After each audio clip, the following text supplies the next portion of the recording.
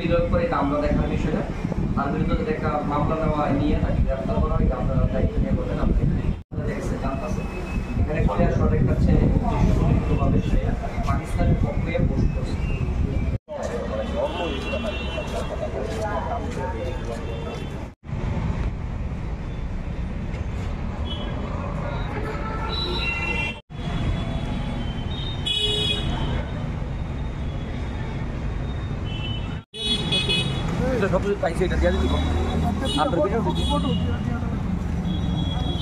আপনারা নিশ্চয়ই অবগত আছেন এই মুহূর্তে ভারতবর্ষ একটা কঠিন পরিস্থিতির মধ্যে দিয়ে আমরা যাচ্ছি।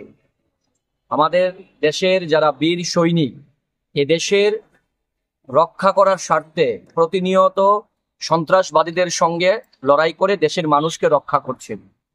গোটা দেশের মানুষ এই মুহূর্তে আমরা রাজনীতির ঊর্ধ্বে গিয়ে ধর্ম, বর্ণ, জাত, ভাষার ঊর্ধ্বে গিয়ে আমরা সবাই একসঙ্গে এই মুহূর্তে দেশের আমরা সৈনিকদের পাশে দাঁড়িয়েছি।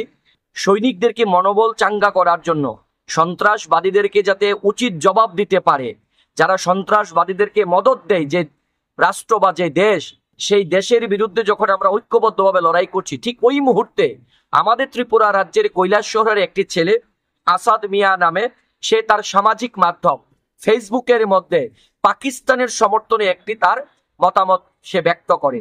আমরা মনে করি এটা একটা দেশ বিরোধী একটা মন্তব্য, আমরা মনে করি এটা একটা রাষ্ট্রবিরোধী মন্তব্য।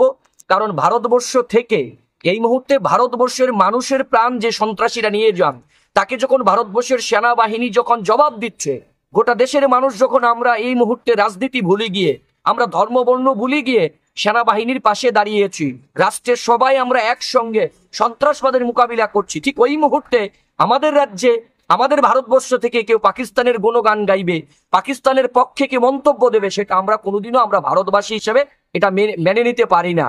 কারণ আমরা একজন ভারতবাসী, এই দেশের দিকে যারা চোখ তুলে তাকাবে আমরা তাদেরকে উচিত জবাব দেব। আমরা দেখেছি কৈলাসহরের একটি ছেলে আসাদ মিয়া, সে তার সামাজিক মাধ্যমে লিখেছে, যারা বলেছে পাকিস্তান পুরো ধ্বংস বা মানচিত্র থেকে মুছে ফেলা হোক, তাদের মতন মূর্খ, অপদার্থ, খবিশ আর কেউ হতে পারে না। তার এই লেখার মাধ্যমে সে প্রমাণ করতে চেয়েছে সে পাকিস্তানের পক্ষে আছে, সে পাকিস্তানকে সমর্থন করে এবং সে পাকিস্তানের সমর্থনে তার সামাজিক মাধ্যমে তার বক্তব্য দিয়েছে। এই নিয়ে আজ আমরা ত্রিপুরা প্রদেশ যুব কংগ্রেসের একটা প্রতিনিধি দল আমরা আগরতলা পশ্চিম আগরতলা থানাতে এসেছি।